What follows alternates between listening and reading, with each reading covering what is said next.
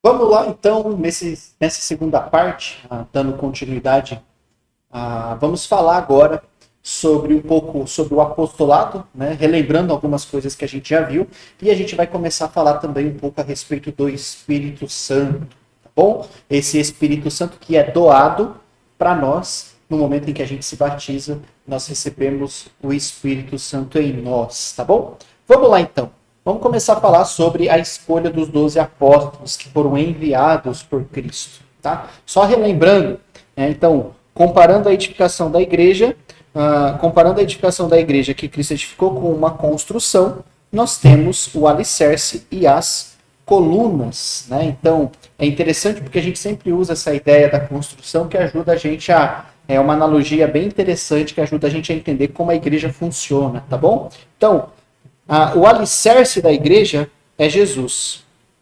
A pedra principal da igreja é Jesus. E as colunas são os apóstolos, os quais foram pedras fundamentais para manter essa obra firme. E aí a tarefa para você durante esse vídeo é ler o capítulo 1 de Atos. Atos capítulo 1, que vai mostrar para nós as exigências, né, aqui para ser um apóstolo. É bem interessante esse texto. Então, é interessante falar e relembrarmos que Jesus escolheu os seus apóstolos pessoalmente. Então, Jesus escolheu os seus apóstolos pessoalmente, um por um. Você lê nos evangelhos, Jesus escolheu um por um. Havia certas exigências para ser apóstolo. Ou seja, existiam certas qualidades, qualificações, assim como para o presbítero, lembra? Presbítero é aquela pessoa que vai pastorear a igreja. Então existiam certas exigências para ser presbítero e existe também para ser apóstolo. Atos capítulo 1 vai mostrar para nós, né? Pedro ali, ele vai falar das exigências, porque qual que é o contexto aqui de Atos 1?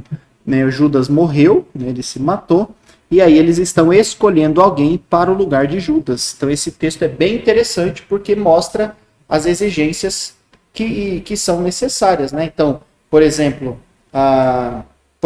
como ter visto o ministério de Jesus completo, desde o batismo de Jesus por João até a sua ascensão, né? Ou seja, para ser uma testemunha. Né? Então era alguém que tinha que ter visto todo o seu ministério, não apenas uma parte. E naquele grupo de várias pessoas, eles encontraram só 2 homens com essas qualificações.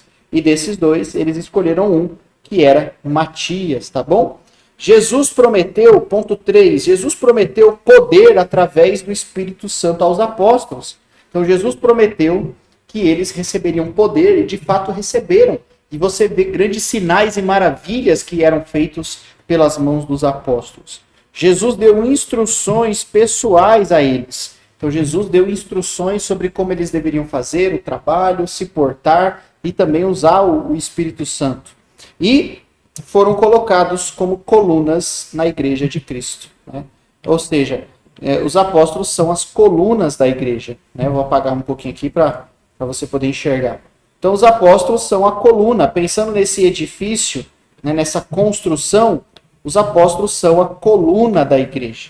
Jesus é a pedra, é a base. Lembra daquela imagem que eu mostrei? Jesus é a base. As colunas são os apóstolos. E uma vez que essas colunas foram lançadas, vem nós, que somos os tijolinhos, né, que somos acrescentados por Cristo quando somos salvos. Né? Então, os apóstolos são as colunas da igreja. E uma vez que essas colunas foram lançadas, né, esse é um ministério, de novo, esse é um ministério concluído. O ministério apostólico é um ministério que concluiu o seu papel. Ou seja, nós não temos outros apóstolos hoje em dia. Por quê? É só você ler Atos capítulo 1 e você vai ver as exigências que são feitas para ser um apóstolo.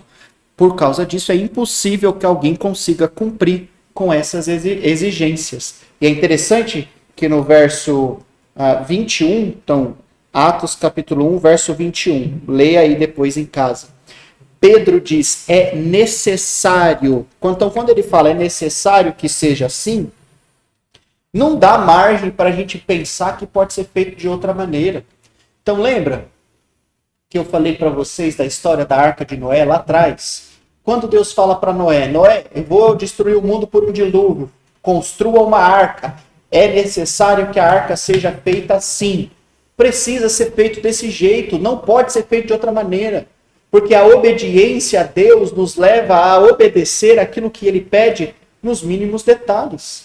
Ou seja, se você ler Atos capítulo 1, a partir do verso 21 até o final do capítulo, verso 26, você vai ver quais eram as exigências para ser um apóstolo.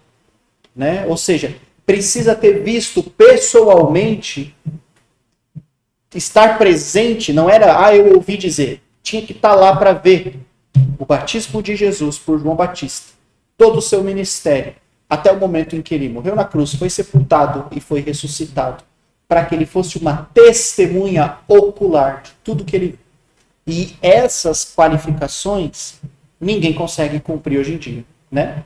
Porque ninguém tem mais de 2.000 anos de idade. Então, nós não temos mais apóstolos hoje em dia, tá bom? Continuando no slide, agora a gente vai falar então sobre a doação do Espírito Santo. Então, começamos agora e nos próximos vídeos a gente vai falar sobre esse presente que Deus nos deu, que é o Espírito Santo. Em toda a história bíblica, desde a criação, nós vemos Deus, Jesus e o Espírito agindo.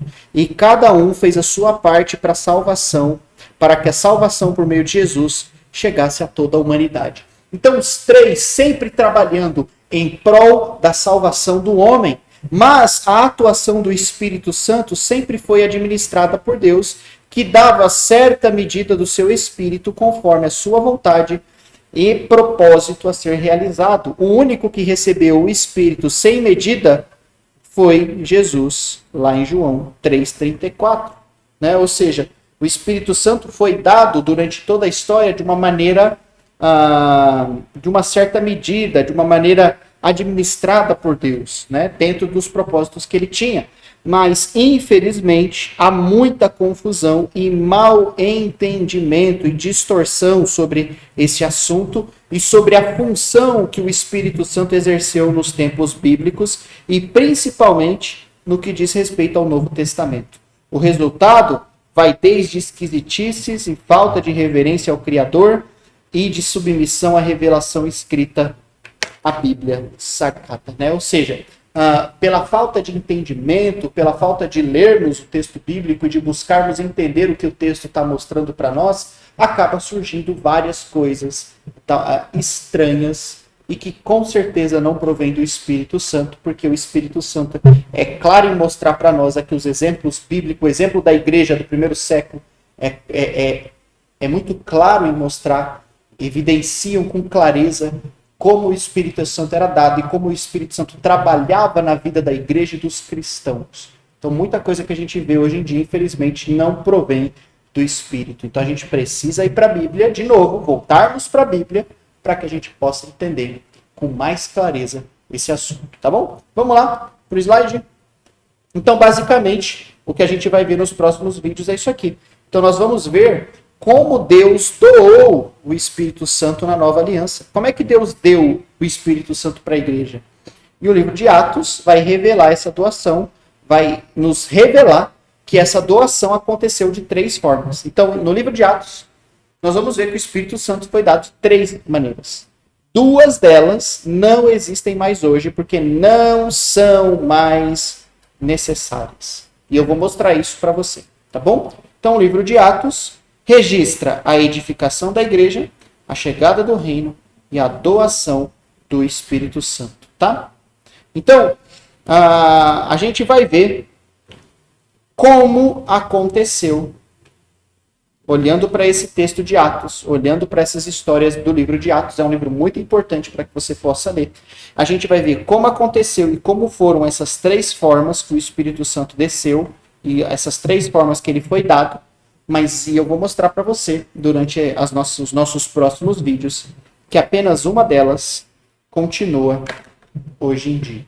Tá bom? Então, o Espírito Santo existe, ele é real, ele trabalha na vida do cristão, ele nos ajuda, ele é o selo, ele é a garantia, ele é a presença de Deus dentro de nós. E hoje em dia, ele só pode ser dado de uma única maneira. A gente vai ver as 3 formas que ele foi dado, que a gente vê registrado na Bíblia, as 3 maneiras, e a gente vai ver, nós vamos ver qual foi a que permaneceu, tá bom? Então eu espero você nos próximos vídeos.